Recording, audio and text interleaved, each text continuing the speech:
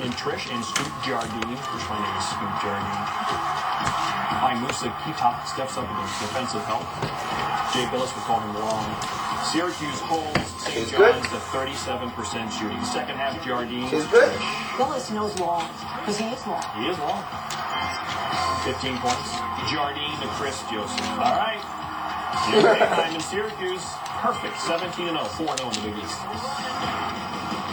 All right, much more to come. Dwight Howard, big night last night in New Orleans. Big shot at the end of regulation for a member of the Magic. Was it enough? Highlights next. I'm Mel Kiper Jr. and coming up on SportsCenter, I'll tell you how Cam Newton's performance in the BCS title game impacted his NFL prospects, and also tell you about a guy who could begin flying up my draft board.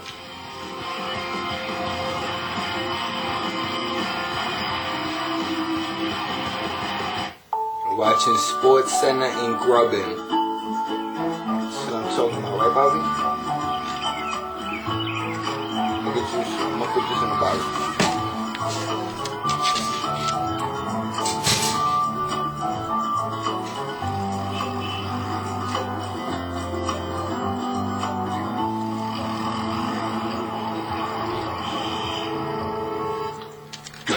Saving people money on more than just car insurance. People have breath all the time.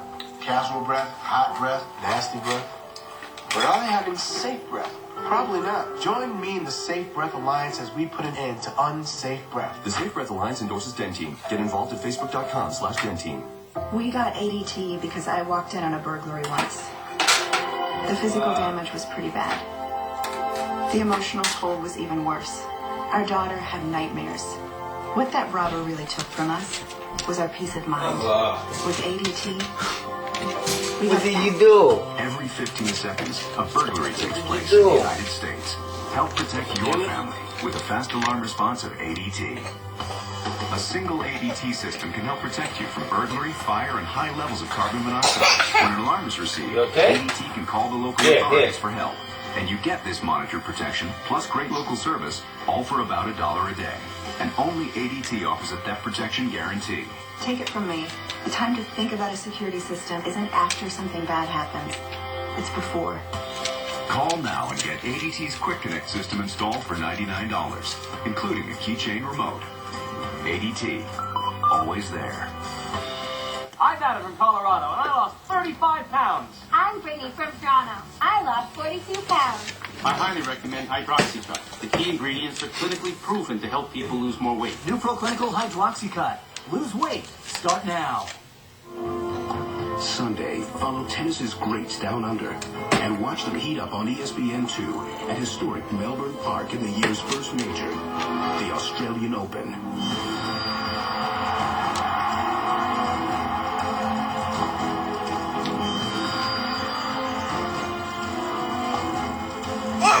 Sunday at 6:30, the Grand Slam begins, only on ESPN2, presented by Franklin Templeton Investments.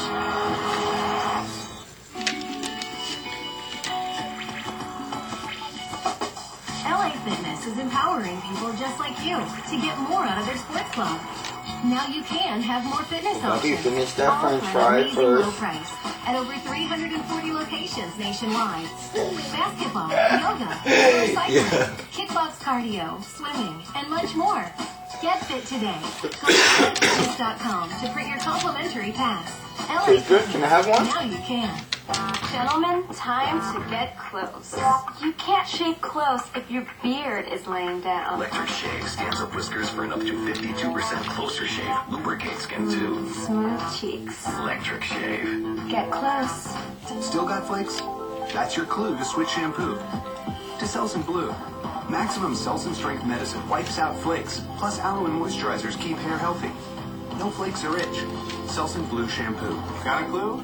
Get the blue. 7-7. Linda Cohen, John Butchergrass, Sports Center right now. Rafael Nadal has been named the #1 seed at the Australian Open, which begins Sunday on ESPN2. Nadal is aiming to win his 4th straight major title, a feat that tennis great Rod Laver calls a great effort, but not a grand slam. With seedings no longer done on organizers' discretion, but purely on rankings, 9-time Grand Slam winner, that's Rafael Nadal. He gets the top spot, followed by Roger Federer, Novak Djokovic, and Robin Soderling. Over on the women's side, Caroline Wozniacki will be the top seed there based on her #1 ranking. Vera Zvonareva seeded #2 in the women's field, followed by Kim Clijsters and Venus Williams. The official draw will be made Friday at Melbourne Park. Stanford has hired offensive coordinator David Shaw to replace Jim Harbaugh as football coach. School will introduce Shaw in a news conference later today. Shaw played at Stanford from 1991 to 94. He returned to the Cardinal as an assistant under Harbaugh back in 2007 and has coached receivers, running backs, and served as offensive coordinator during that time. Also, new Michigan head football coach Brady Hoke will meet again today with Wolverine star QB and Big Ten MVP Denard Robinson. This after he met with Robinson for 20 minutes yesterday. Hoke's primary concern for the offense, keeping Robinson from transferring to another school whose offense may better suit him. The countdown is on for the NFL draft. Just over 3 months away. Mel Kiper Jr. used to skip school, Mel, to watch this thing. This is a big deal, the NFL draft, and certainly it's a big deal to the players who are coming out or who might come out, like Cam Newton. We expect him to be in the draft, I'm sure. Maybe the last game in pads for him against Oregon. How did he play? And how much did it really matter in terms of, in your mind, judging him to play in the NFL? Well, you talk to people in the NFL, and I knew going in how huge this game was for the reason you just said, John. Last time in pads to judge Cam Newton. He cannot go to any postseason All-Star games if he decides to come out early. That performance against Oregon, he won the game. This kid's never been around many losses in his career at all, so he's a winner. But some red flags were there. Talking about coming up short on that throw that should have been a touchdown. The overthrow on the long pass that could have been a touchdown to put that game out of reach. The interception that he threw. I think Cam Newton is a guy who needs to be developed in the NFL. The NFL right now is not allowing young quarterbacks time to work through the negativity and the corrections they have to make coming from college to pro. I think it's a volatile situation. I think it's going to be a fluid grade with Cam Newton because of intangibles needing to check out positively. If they do, he could go top 10 to 15. If they don't, on the heels of a performance in the BCS title game that I did think showed some red flags, he could maybe drop into that 20 to 32 range. So between now and late April, John, there's going to be a lot of fluidity in terms of Cam Newton and his NFL grade. Let's talk about his teammate Nick Fairley, and again, trying to judge him to the next level. How many of those Oregon offensive linemen will be NFL starters? This is an older guy, Nick Fairley, maybe a full-grown man. How much better can he get? Judging him in terms of his age and the Oregon offense and the whole year, really, where do you put him as we approach the NFL draft? Some people are saying, take him first pick, Carolina.